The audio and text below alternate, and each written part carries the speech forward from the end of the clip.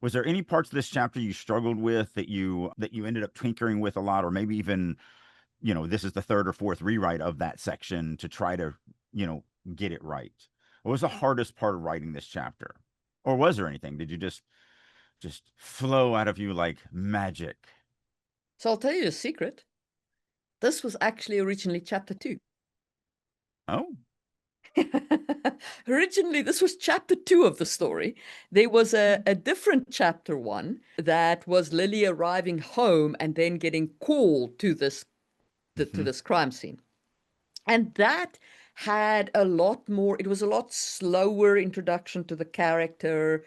It was more focused around her relationship with the people and things in her house and a kind of introduction to the world. And then one of my very early alpha readers said, why don't you swap your 2 chapters around? mhm. And I swapped them around and I was like, okay, that does work better. The pace of it is better for urban fantasy specifically, because unlike epic fantasy, urban fantasy is a go, go, go, right? Yeah. You don't get that leisurely introduction time. The reader wants to get to the meat.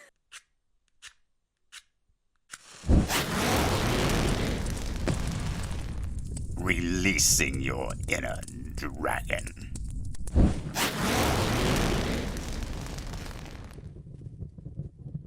So, Marie, we are going to do something that we have never done in all the 5 years that we've been doing this, which is crazy because one of the biggest reasons why people do, especially like writers like us, we do a podcast, we do it to help promote ourselves and promote our work and promote everything.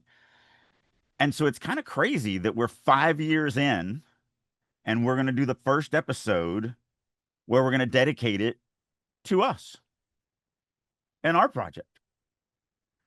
I Yeah. think that's a long time coming. I'm pretty You could happy say about that. this idea. I'm pretty happy Yeah. about this idea. So, what we're going to do is we're going to do this one here, and we're going to focus on Marie's writing. It's going to be an unpublished work. She's going to read a chapter from it.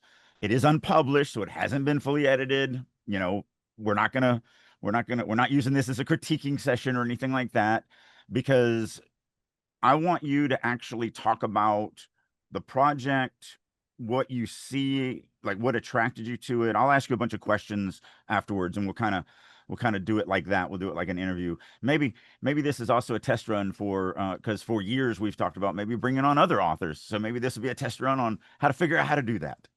So and then later, in a month or so, we'll do one where I'll do the same thing, and I'll sit in the hot seat. So Yeah. how's it So sound? I'm gonna share my screen as we normally All right. do on this stuff, so you can follow along if you want to. Yep. And this book currently has the long title of Blood and Bloom in Las Vegas, which is Working title. a working title, but it's also a play on word on fear and loathing in Las Vegas. Yes. Um, okay, so I'm just going to read chapter 1, and then we'll talk about it afterwards, or we'll talk about it during if you hold up your hand. Okay, I think you should go ahead and read the whole thing, and then I have a bunch sure, of questions that I'll ask you. sure. Chapter 1, Flowers for the Dead. No one should have flowers sprouting out from their chest. Even fungi have the grace to wait until the corpse has started decomposing before they fruit. I should know. I'm a druid. The sardonic thought made the grim crime scene bearable. At my feet lay the hollow echo of a human being, red and blue cop lights strobing over him. Blank eyes stared up at the ghostly moon. Dark clothing clung to bloated flesh and wet wrinkles. But the grostique garden blooming in his chest stole the show. Flowers glistened among the green leaves, their petals reflecting a myriad of colors in the crime scene illumination. And not just any flowers, moondrops, a cutesy name for a dangerous plant that fueled elemental water magic. Worry crawled through my belly and nested inside me. Those blossoms had no right to be here, not here in this guy, not here in this world. Moondrops bloomed only under the care of waterkin, and only in the secret places rich with fairy dust. Park Point on Lake Las Vegas, Nevada, didn't fit the bill for any of those. What do you think? Detective Jim Ramirez asked in a flat tone, as though this was just another crime scene.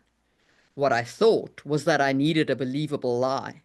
Moondrops growing in a dead man's chest drove the fairy realm's secrets to the brink of spilling over into the commonkin world. My job was to make sure that didn't happen.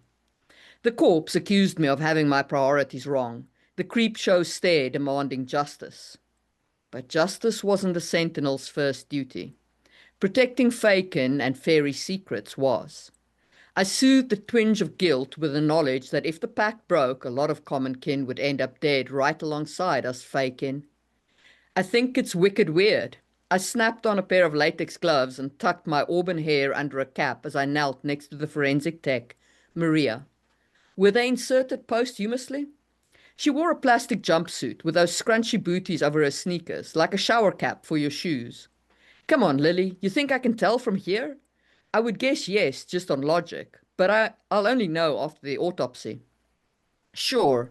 No other wounds, though. Something in the neck? Drugs?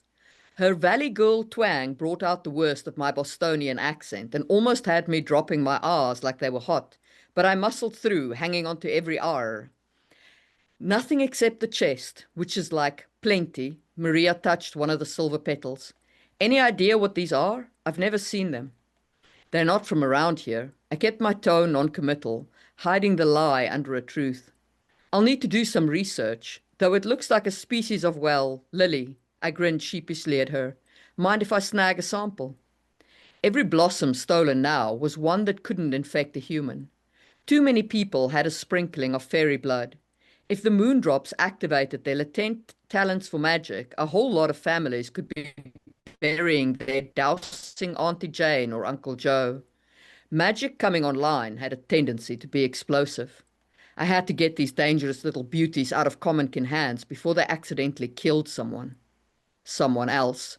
This guy was well past that stage.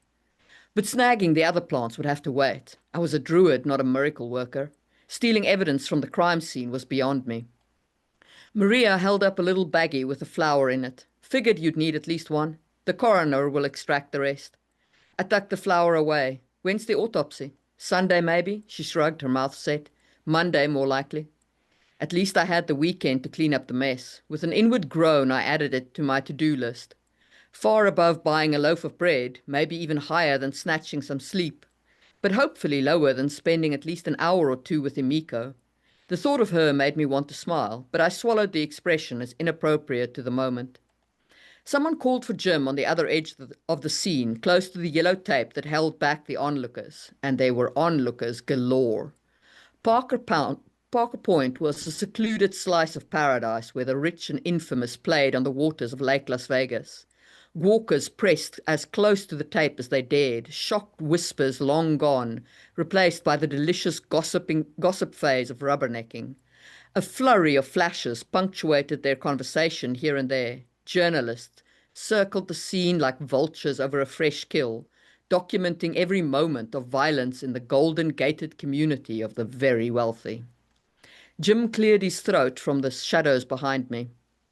I'll see what's going on. Stay here. He squelched away from the lakeshore. I turned my attention back to the corpse and the plants in its flesh. How deep do the roots go? Check it. Maria peeled back the stem to show the roots plunging into the open chest cavity.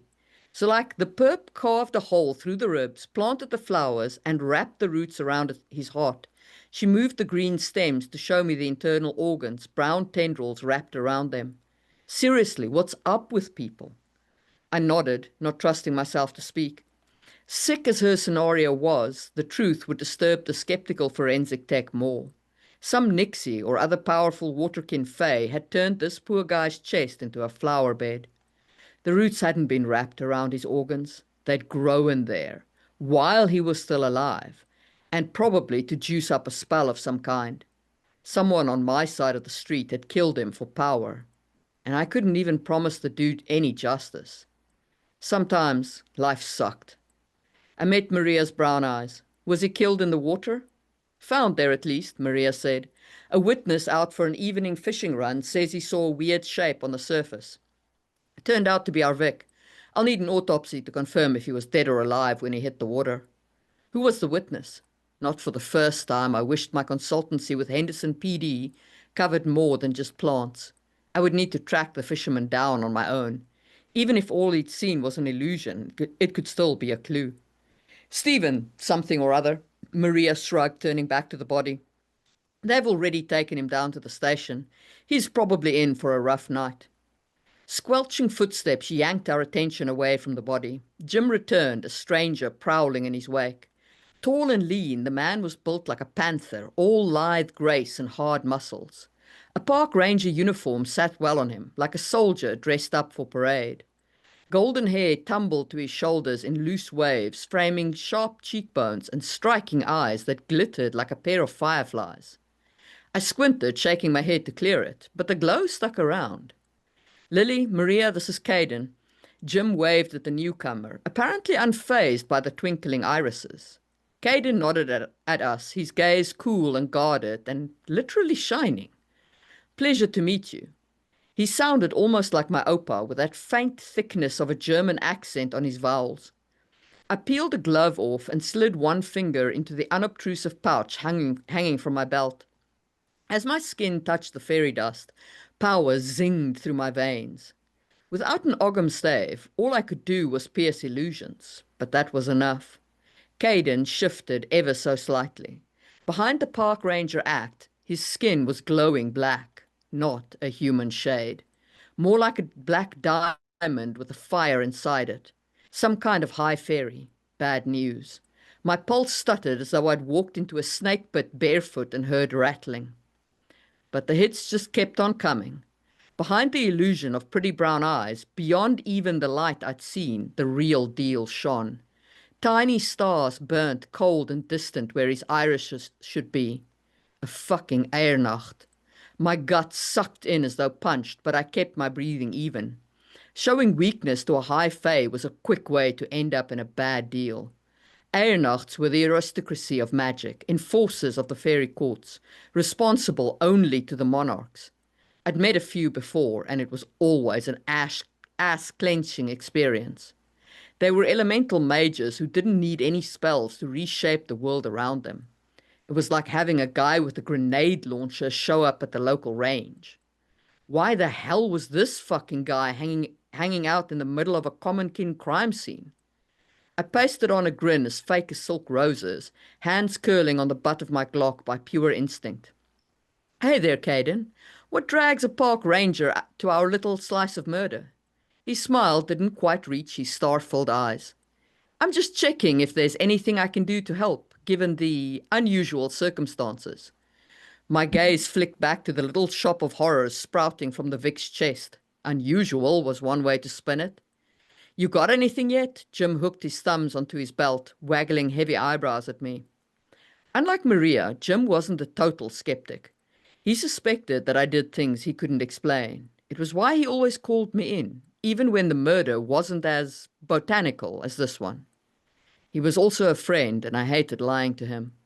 But my duty as a sentinel took priority. I shook my head. Sorry, Jim.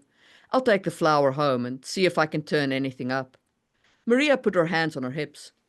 Caden, you're like from around here. You ever see any of these lilies? A small smile quivered in the corners of his mouth. No, I don't think those are native. His gaze returned to me, eyes drifting to my cleavage. No, to the small silver pin that clung to my blouse.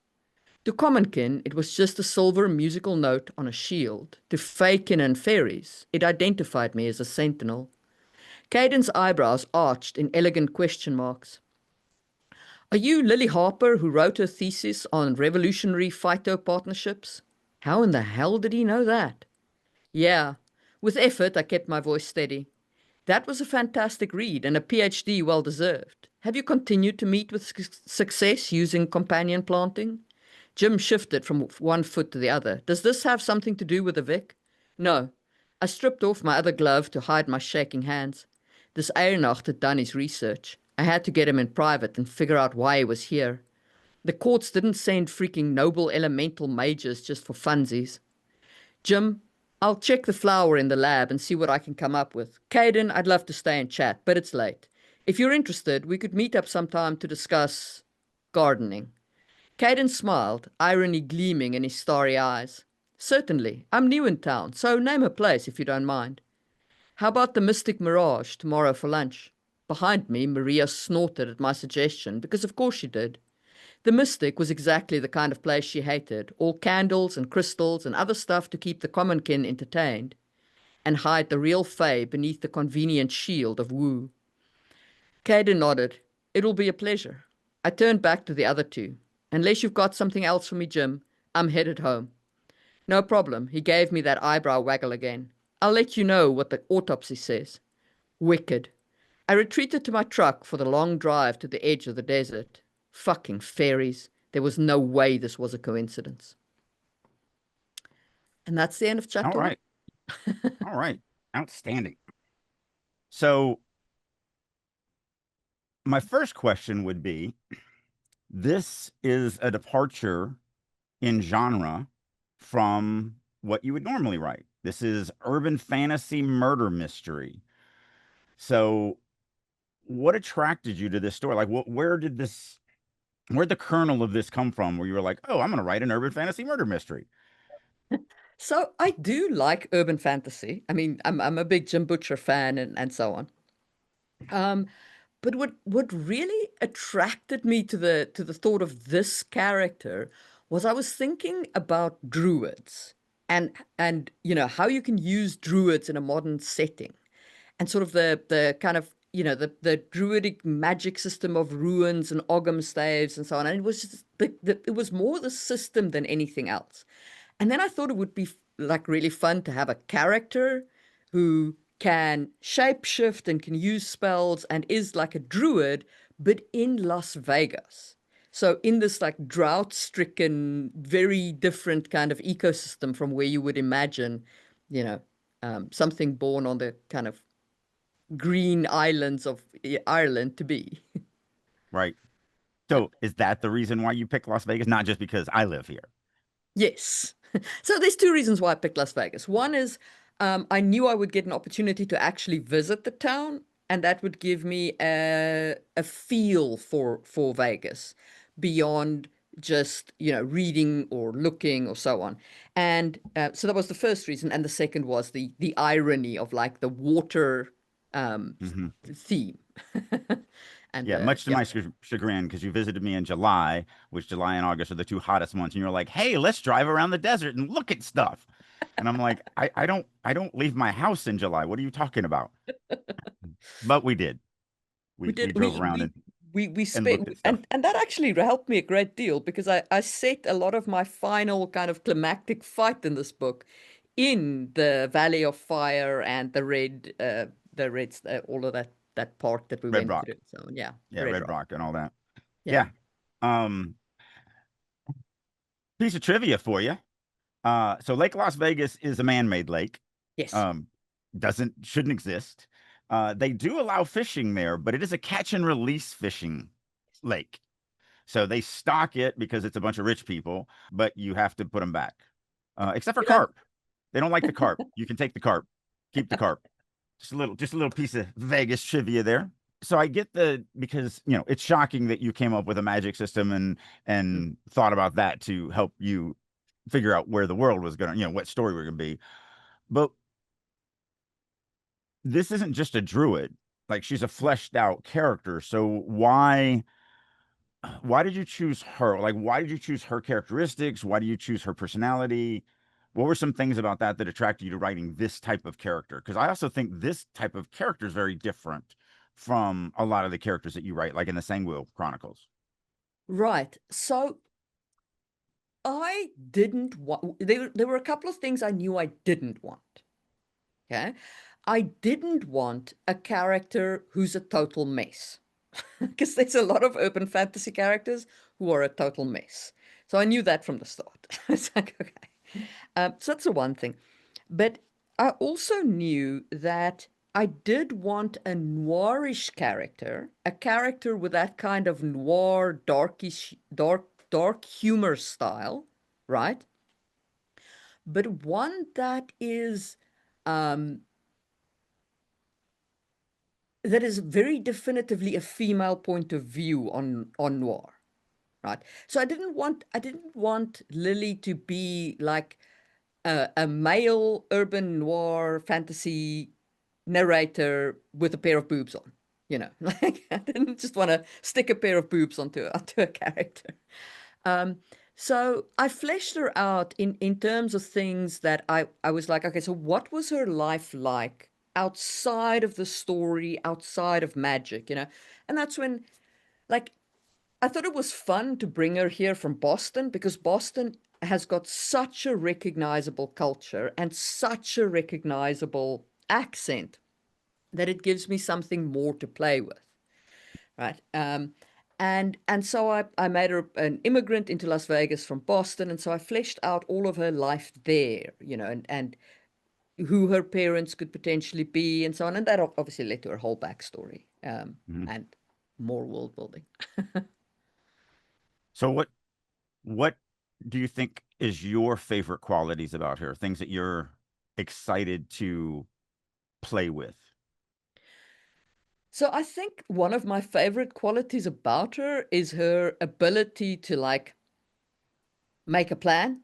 You know, she's very like, okay, I've got bubble gum and a credit card and a cell phone. Let me make a plan here. You know? So she's got a kind of MacGyver like resourcefulness, which I like very much, and which I think is a lot of fun. So she doesn't, you know, shut down in emergency situations. She looks for like, okay, what have I got and what can I do with it? Um,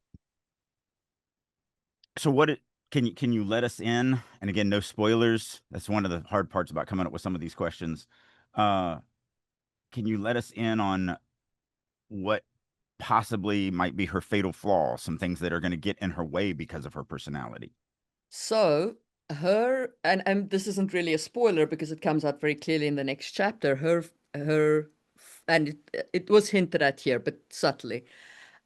Her commitment to her job is enormous because her father was a sentinel and he died on the job. And she has this mistaken belief that being a sentinel is more important than friendship and lovers and everything else. And, you know, it's that kind of like commitment driven to the point of sabotaging your life. Um, that yeah, works against her in some cases. Yeah. Um, so you had mentioned Jim Butcher, obviously, because you really can't get into urban fantasy magic detective and not mention the Yeah. Dresden series. But were there any specific books or characters or ideas out there that inspired you or spawned this, you know, some part of this idea or anything like that? Oh, 100%.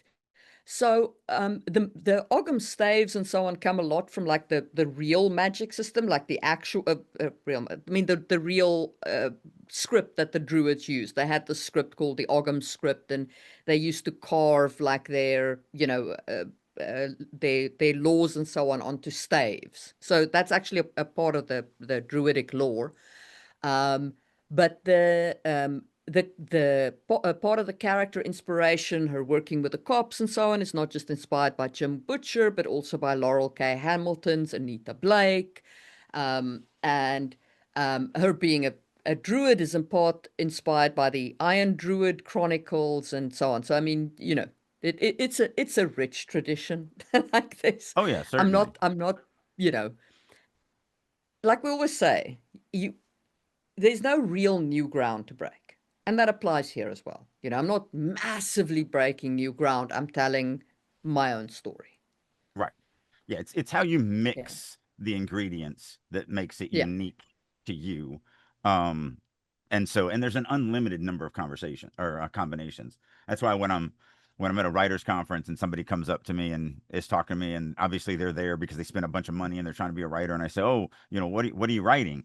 And they go, "Oh, I'm not writing anything. I haven't come up with my unique idea yet." I always just want to go, "Oh, honey, Yeah. uh, That's that's not never going to happen. that's not how Literally this never going to works. happen. Yeah. It's just not how this works." Um, so yeah, that's just the way it is, and anybody who's listening to our podcast should at least kind of get that part of it. Doesn't mean you don't want to be unique feeling, because that's what we're doing. We're putting a different spin on things. We're using ingredients maybe that someone hasn't used in this. We're using a spice that normally isn't used in this dish, but we're using it and somehow it's working really well or whatever. So that's what we're looking for. So you Yeah, so touched on them. I Go use ahead. I use fairies in this quite extensively, and I mean I go the whole hog. I've got this guy who's a fae, but I also have like little tiny Tinkerbell fairies, and they are critical to the whole magic system. They're like tiny little mating rituals generate fairy dust, which basically fuel the whole magical economy. So Well, it's funny because my next question was going to be, you touched on it a little bit, but without giving us spoilers, can you talk about the magic system and kind of give us an insight on a little bit of it in this world? sure, 100%. So the magic system, disregarding the fae for the moment, like full-blooded fae, which is a different thing. For people who have a little bit of fairy blood, they call them faken. They can manipulate the power inherent in fairy dust in different ways. So Lily, for example, carves out spells onto a Ogham stave, and then she empowers that spell when she's ready with fairy dust. There's other characters that use written spells. There's characters that use art as a spell. Basically, it's anything that creates the structure of a spell and that can then be empowered. Because the magic all has to happen outside your body, because inside it burns. That's the It downside. burns. It burns. It burns. Um, so, obviously everyone knows that Rowling did a great job with this in Harry Potter, but how are you balancing? I mean, one of the things about urban fantasy is magic known or is magic hidden? Um, so I guess which side of that equation are you playing on, and how are you incorporating that in to make it feel like, wow, this could be the world that I'm actually living in right now? So, I am playing with magic is hidden. I was tempted to go magic is open, but in the end, like, I actually feel my story works better with hidden. And the thing is, you can always go from a hidden world to an open world, but you cannot go from an open world to a hidden world. So if this becomes a long Well, running series, you know, I mean, you can make magical rain that makes all the muggles forget that what they saw over the last 24 hours. no comment. Sorry, go ahead. Go ahead. That was so bad. Go ahead. No, go ahead. I'm just throwing it out there. So I decided to go with a hidden world, and basically that's what and that then gives Lily her job. So as a sentinel, part of her job is making sure the world remains hidden, the pact between the fairies and the Faken remain intact, and there's more exploration of that in chapter 2, and like the whole the commonkin world, the human world, remain unaware of this fairy world in their midst. So you And already then there said, is obviously there's a pure fairy realm, called like where just the fairies stay and stuff like that. Yeah. mm. So how does it cross over in our world, or how does it stay secret, or where's its chances for bleeding into for people to actually learn, oh wow, we live in a world where there's actually fairy magic? What is that danger, I guess, is what I'm asking. So people can see monsters and creatures and so on. And there's also So part of the problem is that fairy creatures are fed power by humans worshipping them, as we find out a little bit later in the lore, which creates a situation where um, fairy creatures can try to, or in the past, in the far past, they were worshipped as some of the gods of our past, right?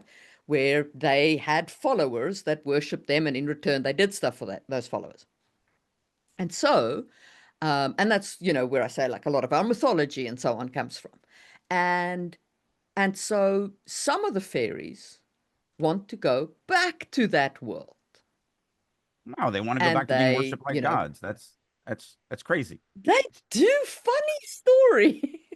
Who would have thought?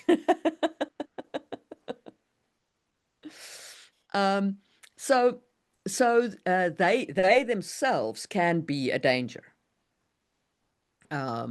And that's uh, so they can break the pact, and then of course like a human could get caught up in something and see the wrong thing and so on, and then there isn't there they can be encouraged to forget via magic, but it's not as easy as you know make the forget rain fall. Is there capital punishment for that? For a human who accidentally? um they so yes, but depending on the threat level of the pact, to the pact. Mm, mm. Um, you know, because if it's like somebody who's about to kind of call the press and they've got photographic evidence, then you know it's kind of a no holds barred situation. Yeah. All right. So you're setting it in Las Vegas. Mm. Does the city itself, other than the fact that, you're writing this obviously to honor me because I live here, does the city itself become a part of the story? Is it a character in the story? Is it crucial that it was set here? Or is it just, and there's no wrong answer for this, or is it just a backdrop? And again, you only wrote it here to honor me Yeah. because I live here. So both So ways work. so the city is actually a very critical part of the story, and it couldn't have been set anywhere else. Um, because the whole premise of the magic setup needs Vegas and its dry heat, as well as the water element that's later introduced for the kind of the climax and so on. And I won't say more than that because of spoilers. But Right. Lily also interacts with the city. Like she knows people here. She goes places in the city. Occasionally, she goes through the strip and sees, the drunk students waltzing around with their yard-long legs and stuff like that. I saw a lot of photos of Vegas. um, We are an so interesting city. and like, she goes to the morgue, and I described the morgue, the Clark County morgue, which is, it's got this little brown building and it's got two buildings beside it, which it's like a very fascinating setup because it's got like um a funeral parlor on one side and a bail bonds, a bail a I think a pawn place or something like that on the other, like where you pawn goods or something like that on the other one. So I'm like, okay. So there's like the coroner. Yeah, that um, is that is Vegas. Um, Yeah. So yeah, so there's I did try and very much include the city in the whole thing because in an urban fantasy, the point of urban fantasy is not that it's modern day, it's that it's set in a city and the mhm, city is a part of the story. mhm. And I think it makes it feel more connectable to the Mm, audience because this is our world. This isn't just suspending disbelief and being in, some fantasy world that has its own geography mm, and physics and everything else. This is trying to write within the bounds of Earth, modern day times, but also has magic. So yeah. it's there's a reason why urban fantasy has always been a very, very, very popular genre. Um, let's shift gears a little bit. Let's get into the writing side of it, since we are a writing podcast. Um, so let's start a little more generic, or a little bit more high end. In writing this chapter, one of the things that I really work hard for is I want my readers to connect with the characters in very specific ways. And of course, it's all subjective, so you never know if they're actually going to connect to it in those ways or not. But what are you hoping that this chapter does for the reader and the character bond? What are you hoping they walk away with feeling about this character after this first chapter? So what I'm hoping they walk away with is they bond with a character that I'm hoping to establish is that it's going to be a fun ride because she is, she's got a sharp internal voice that's got a sense of humor. So you're going to have that kind of leavening of humor, and she is competent, um, and she has definitive goals that you're taking through the story. Like, we're not just going to drift through the story. So you've got definitive goals that are going on. And at the same time, I'm trying to establish the sense that Lily is a good person. She's like she can't promise this guy justice, but she doesn't feel nothing for it. She doesn't feel Right. nothing for him. You know, Yeah. he is not just like a dead body and now she's got to cover up a crime scene. She feels for this guy and for what has happened to him. Yeah. Yeah. Because she says that. She's like, Yeah. sometimes life just sucks. Yeah. And as much as I hate it, I'll do the best that I can, but this is what it is. In that, then, what do you think? Was there any parts of this chapter you struggled with that you ended up tinkering with a lot, or maybe even, this is the third or fourth rewrite of that section to try to, get it right? What was the hardest part of writing this chapter? Or was there anything? Did you just flow out of you like magic? So I'll tell you a secret. This was actually originally chapter 2. Oh, Originally, this was chapter 2 of the story. There was a different chapter 1 that was Lily arriving home and then getting called to to mhm. this crime scene. And that had a lot more, it was a lot slower introduction to the character. It was more focused around her, her relationship with the people and things in her house, and a kind of introduction to the world. Um, and then one of my very early alpha readers said, "Why don't you swap your 2 chapters around?" Mhm. And I swapped them around, and I was like, okay, that does work better. The pace of it is better for urban fantasy specifically, because unlike epic fantasy, urban fantasy is a go, go, go, right? Yeah.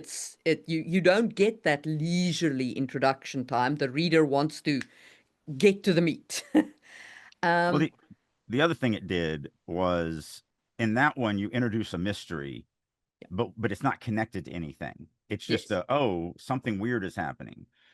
Now when that scene happens, it connects to this. yes. So we now know what it's connected to.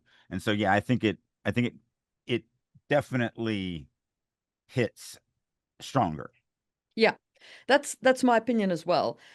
So, but doing that actual change meant that I was sitting here with a go go go chapter and like, okay, but I still need to somehow get the critical world building parts in so that the reader knows what is going on. Right. But you did a good job threading it. I mean, that's, we Yeah. talk about this all the time when we talk about world building. You don't dump world building on you. You're like, oh, look, here's a little piece, and oh, look, here's another little piece, and oh, let me build the world a little bit bigger for you now, because it matters and you understand it. And I say all the time in the writers' room, you can't use anything you haven't taught the readers. Yeah. So, there's 2 ways to do that. I can either give you 3 pages of an encyclopedia definition of my world and magic and everything like that, which is a way a lot of people try to do it. Or I can just put you in a really cool situation, let you, be a part of that. And then, by the way, here's some world building, and here's some world building, and here's some world building when you need it, Yeah. when it actually matters to you in those moments. Yeah. And so, yeah, I think you did a very good job with that through here. Yeah. Um, in rolling out the world, and we don't really know what a sentinel is at this point, but we understand that there's a bigger thing going on, that she's got a duality to her roles. She's got her front facing job, and then she's got this other thing that she's dealing with that is probably much more important to her. We understand, that there's two worlds kind of imposed on each other, one being a secret world and another being the world that we live in. So no, I think you did a good job with that. But yeah, it's that's a great kind of thing to think about, is, because we talk about this all the time about not being rigid. Just because you came up with this idea does not mean it's the right idea. So you came up with the idea of her, because I remember she pulls in with the little her pickup truck, and she pulls into her driveway, and she has a moment in there, and then she goes inside, and all this other stuff. And that was your idea. This is how me, the writer, am going to tell this story. And it's that being open to go, yeah, but you know what? You might want to think about this. And then actually being able to go, huh, you know, that is interesting. So I mean, it's funny, you know, how many writers are so adamant on, if I don't come up with the idea, I will not use it. And my favorite example just happened to me. So I'm writing the biblical movie that I've talked about or whatever, and I'm not writing the first movie, even though I wrote the movie treatments for them, because those are two different stages. And in the movie treatment that I wrote, I went all out. A movie treatment is usually like 7 pages long. This is 70 pages, 70 pages. I broke out every scene. I have sample dialogue. It's 100% biblically accurate. It does the entire story. The studio, that's what they, said, yes, we want to do this. And then when it was given to the writer, he was like, because I'm in a meeting with him, and he's like, yeah, I'm not going to use any of that. And I was like, well, good luck with that, because that's 100% biblically canon. So if you don't use that, I don't know what you're going to do. And the movie script that he turned in, he was true to his word. He did not use one single thing that I had put in that treatment. He also didn't use one single thing that was biblically accurate, except for the character names. So the studio was not very thrilled with what he put in. But again, that's that pig-headedness of, oh no, it's my art and I must do it my way. And it doesn't matter if people don't like it, or if people telling me this is not what they want, or if I'm missing the mark completely. It doesn't matter. It's mine. And it's like, okay, good luck with that. Because now Yeah. I actually do have a contract to write the first movie, because, they're not going to use the one that he turned in. So that's this is a great example of that, of understanding we have an idea, and when we get that idea, we think it's really good, but it doesn't mean it's the best idea, and being willing to listen to others and adjust. And the thing is, that the first chapter changed less than the second chapter. Yeah, Because all I needed to do was take out some of the world building for the first right. chapter to still work as the second chapter. So she still goes home. There's still Yeah, chaos at home due to whatever, she still gets a phone call. All of that still happens. It just now happens as chapter two. And that means that the pacing works better. yeah, 100%. Yeah. But again, it's still, I think the important thing for our audience to understand is that willingness to not be pig-headed, and no, if I don't come up with it, it's not anything that I can use. Because I'm a firm believer, and I have worked with a lot of large groups. I mean, I was the lead writer for EverQuest Next. We had 150 people on the team, or 120 people on the team. I'm used to working with others, and having a lot of artistic input. And that's the thing I think gets lost when you're a novelist, because you kind of are alone. You do everything by yourself. But you're not alone. You're not an island. You still have other people that you can lean on, that are your peers. You've got your alpha readers, your beta readers, whatever, however, your writers group. If you're not in a writers group, you're not a writer anyway. So you've got your writers group. like there's just all sorts of things, and you should be open to that. So I think that's a very, very important thing for our audience. I know we're straying away and getting into No, no, actual but writing but stuff, it's but 100% true. I would not have swapped these chapters by myself, right? yeah, I would have made, like, I make lots of edits. I can self-edit plenty good. I can fix wording. I can figure out where my plot holes are. I can fix them. Not in a million years would I have thought to swap these two chapters, because in my head, the flow of the story is Lily finds out about the Tempest Blade, Lily gets called to the murder. yeah, That's the in my plot notes, the thing goes like yeah, that, right? yeah, I would not have thought to swap them. It yeah, needed somebody's external perspective to go, yeah, no, yeah. it would be better. Yeah, I mean that is what we need. And it's even other stuff. So like my favorite story between us is in the Genesis saga. I have that one chapter that is the weakest chapter as far as plot is concerned, but it's the chapter where I teach the audience how the magic system of the world works. Yeah. And so in my mind, I was like, but it does everything it needs to do. It's fine. And you read it and you were like, yeah, but it's the weakest chapter of the entire thing. I'm like, Yeah. yeah, but it's surrounded by a bunch of really good chapters, and it's still a good chapter. It's not like it sucks. And you were like, but but you just need to add this one thing. Like we talk about it all the time on the show. You don't have conflict in it. You're just doing the thing. You're not, there's nothing, there's no underlying layer. And I was like, oh crap, so true. Like, Yeah. because I was fine with the chapter. I was like, yeah, it doesn't do anything great, but it teaches the audience, and I'm good with that. And now it's not the weakest chapter in the book anymore. So, like, it's just that willingness to listen and Yeah. to not be, this my way because I'm the artist. So, And and also equally importantly, the importance of having people that you can trust with oh yeah, questions. yeah, That you can say, can you read this? What do you think? And here's the thing, like, I love my actual beta readers, but they wouldn't have given me this feedback either, because they are readers. right. Okay. So I look to beta readers for, how do you feel about the book? How do you Hmm. feel about the characters? Did you get bored? Those kinds of questions.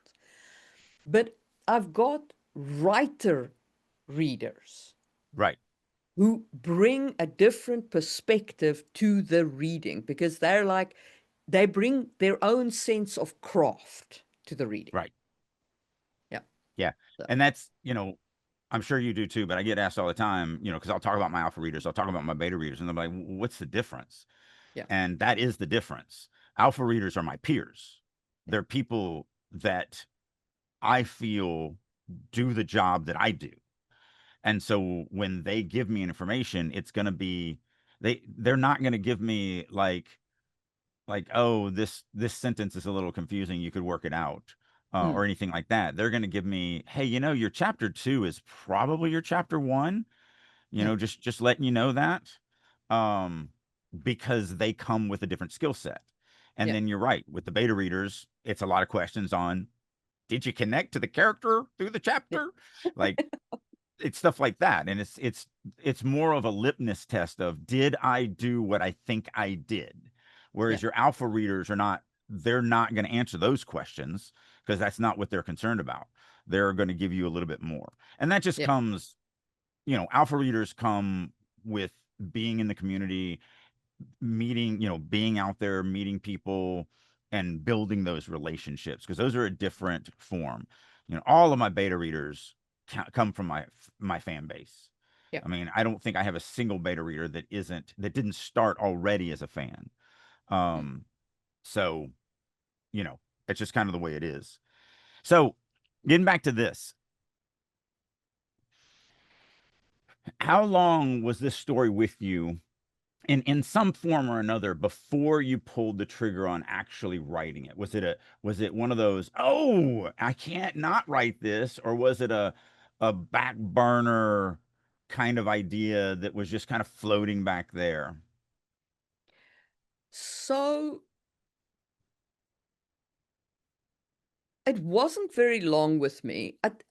If I remember this correctly, I think I wrote those two erotica novellas, just to Hmm. see if I could, and Hmm. learn something about writing erotica and emotions and so on. And then I was like, this world is really cool. It would make a really good urban fantasy world as well. And so I Yes. was like, let me upgrade the world, let me update it to our current day and age and add like a mythology of how it got here.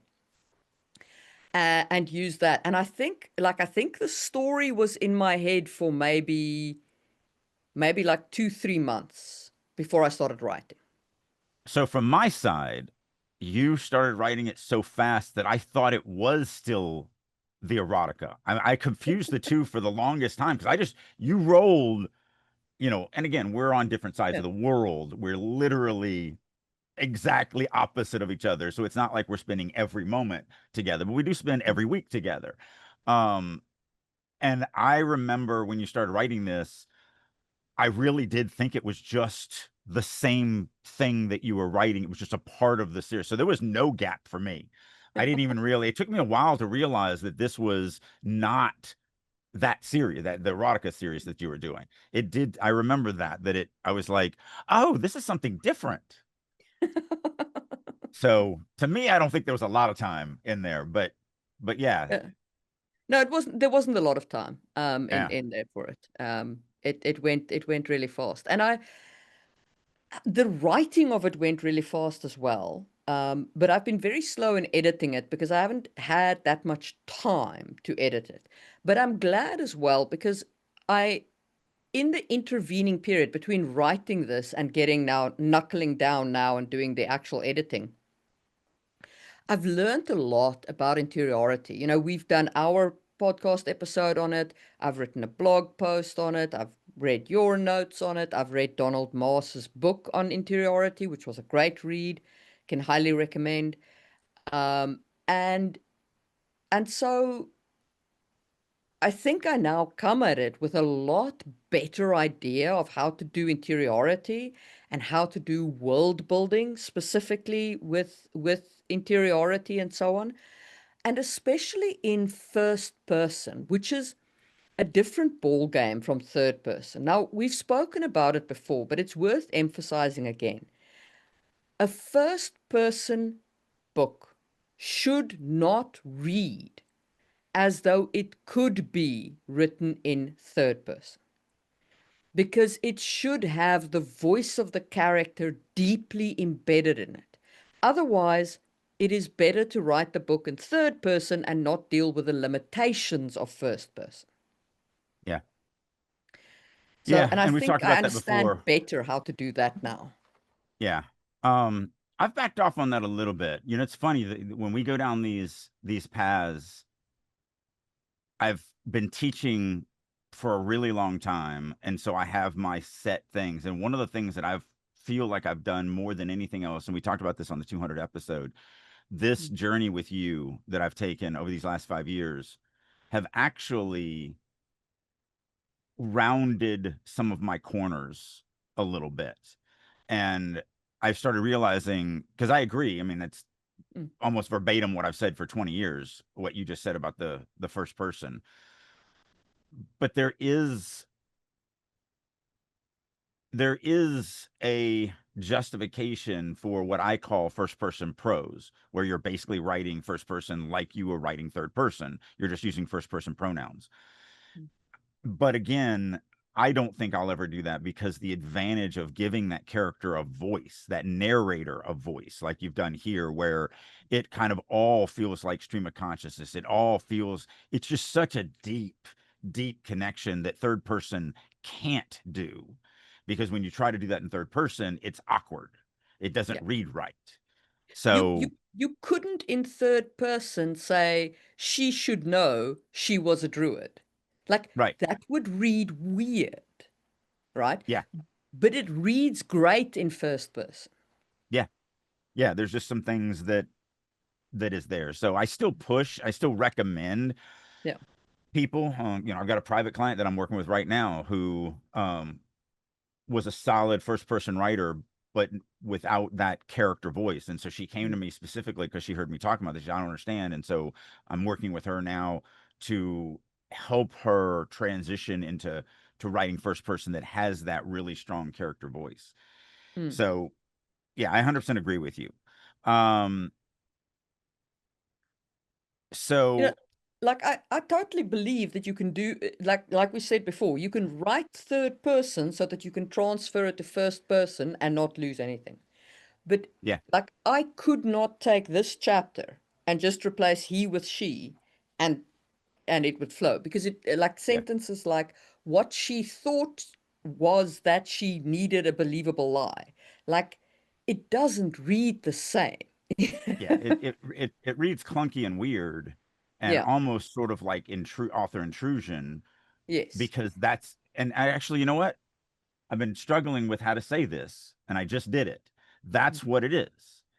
When you're in first person, you say that it's author intrusion, but you are the author. The I is the author. So Yes. author intrusion is invisible. Whereas in third person, it feels like author intrusion. But the problem is the author is someone else and not, the Not the person Drake speaking. character or the Marie character or whatever. And so that's the reason why it has that awkwardness, because it feels like someone is intruding in on the story. Whereas when you're in the I, yeah, it is author intrusion because they are the author.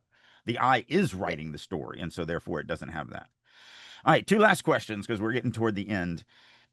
Um, the first is, you know, most people who follow us know that I'm a pretty heavy plotter and that you're a pretty heavy pantser and all of that. But what was your journey down this one? How much plotting did you do? How much pantsing did you do? Where did you kind of find that balance with this story? I I did almost no plotting for this story. I did a couple of conversations with you to thrash out like thoughts and ideas, and then I had almost nothing.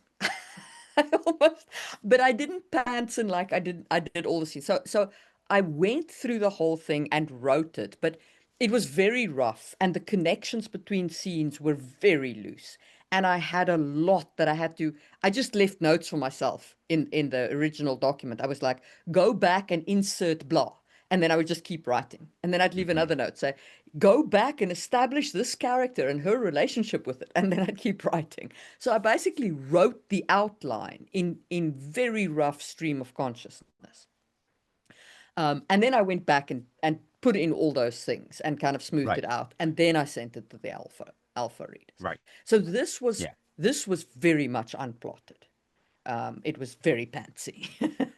I mean, sort of. I would say that you did a expanded prosy synopsis. And Yeah. then after you finished that expanded prosy synopsis, that plot, then you went back and actually used that expanded prosy synopsis to write the actual manuscript. So Sure, because 100%. I because mean that because you kind of yeah. did. You Yeah. just did it on the fly. Yeah. I do the same thing. I just don't put as much prose in my Yeah. plotting, The but you're the still other figuring it out. the other thing, of course, is like being me, I did a lot of front-loaded world building. Right. I mean, I had the whole system. I knew how fairies worked. I knew where they lived. I knew how the economics around magic worked. Like Right. I had a lot of preloaded world building, which makes But the reason why I pantsing wanted a to go lot down that, easier. yeah, well, the reason why I want to go down that question is because that's the difference. A lot of newer writers or whatever, a lot of pantser writers, they write full chapters fleshed out, they're done. And then when they come up with that new character, they just introduce them and keep going. And Mm-mm. they don't understand that you can't just puke through a novel. Yeah. That that's where I have my Drake's head book versus paper book. In that author's head book, they understand how everything connects. So when they hand it to somebody and they're like, I don't understand any of this, they're like, well, you're just dumb. Like, no, you didn't put it on the page. So, like, it's still the difference between, I say this all the time, the difference between professional writers and amateur writers is professional writers know that they're going to have to rewrite and rewrite and rewrite to get to the end and have a professionally produced product. Whereas 100%. amateur writers, and I don't mean that they're not getting paid. So I'm not saying amateur in that light Mm. because they could still be self-published and be getting paid, but they believe that they can just puke it down straight out and be done with it. And I just disagree with that wholeheartedly. All right, Yeah. so we talked about this briefly before the podcast, but this is where we'll end because we're kind of at time. Now that we've read the first chapter and we're like, okay, this is cool. I'm interested. What what are you thinking for how this is going to get out to the audience as at large? So I'm thinking that probably next year when I finished this editing run, I'm currently only on chapter 2, so don't hold your breath, like it's still going to be a couple months. Um, I'm going to kickstart it on our Kickstarter. So we will do a launch for it, and people will be able to buy paperbacks and hardbacks and ebooks and so on without, touching Jeff Bezos's grubby little paws. And then, and then we'll take it from there. Yeah, I mean, this is tentative. Can I say the tentative Yeah, dates that we're yeah, thinking? yeah, sure. So probably March, April, launching the pre-campaign, Mm, and then I'll run for a few months, and then the Kickstarter will run. So what? March, April, May, June, probably June, July, yeah. somewhere around in there. Maybe as late as August. Um, me and you are still kind of learning the Kickstarter thing and figuring out how we're going to roll things out, and we're using one Kickstarter campaign for both of us, so we're we both have projects to Yeah. do, so we're kind of back and forth on that. And by the way, if you guys missed our first Kickstarter, it was Marie's world building book. This should be out still, and you should still be able to go and get join the Kickstarter after the fact. With late But if pledging, that yeah. Yeah, for the late pledging, but if that is closed by the time this is dropped, they will be, if you're in the States, we'll have them at starvingwriterstudio.com. Marie has them. If you're in Europe, she has them on her website. Um, is it Yeah, mariemalani.com? mariemalani.com. You Yeah, can that's what I was find them thinking. there. Yeah. Yeah. And we'll have the links down below, but it's a fantastic book on world building. I've never seen anything go into the depth that this has, and it has worksheets and thought processes and just all sorts of things. So highly recommend that you check that out. The next one I'm doing is I need another print run of the Snarf Quest that I did with Larry Elmore. So I think that's what we're doing. Hopefully, it might even be launched by the time uh, the pre-launch of it might be launched by the time this comes out. But if not, it'll be within a week or two of this, and you'll be able to sign up for it. And then we'll launch that Kickstarter when we finish fulfilling the world building one. But yeah, so based on the schedule, I'm thinking the pre-launch March, April, and then the actual Kickstarter July, August for this book right here. And I'm super excited about this book. I like urban fantasy, but I don't read it enough. And so, having something come out from you kind of forces me to kind of need to read it. So I'm very excited about this. Do you have any last words to say on it? No, just that it was really fun, and I like comment down below what you thought. And yeah, this was partly inspired by one of our viewers who said, why don't you guys read something from yourselves and kind of talk about what you were Okay. doing? So Yeah. I thought you didn't delineate that. I thought you were talking about your book. Mm. Um, so I was going to add, after you finish that, I was going to add, hey, this is also the first time we've ever kind of blatantly self-promoted on our own kind of show. So how was this for you? Would you guys like to see? And it was somebody from our Releasing Your Inner Dragon Discord server. If you're not in the Releasing Your Inner Dragon Discord server, you should. It gives you direct access to us. You can ask questions and chat and all sorts of different things. But they actually asked for something like this, and we were like, yeah, that might be cool. We haven't done that yet. So let us know down below. Like, would you like to see us read more of our stuff so you can actually see if we can actually put mustard on what we're talking about, or if, like, a lot of people who tend to talk about writing aren't actually very good at the writing part of it. Um, so if this is something you guys want to see more of, obviously me and Marie are working on stuff constantly. So we have tons of unpublished stuff that we're working on that we could read through here. Like I said, I'll do one in a week or two. Because I've got a bunch of stuff coming out here in the future, so I've got some unpublished stuff to do. But other than that, Yeah, I think that's a great note on which to end this episode. And we will see you soon for another one. bye.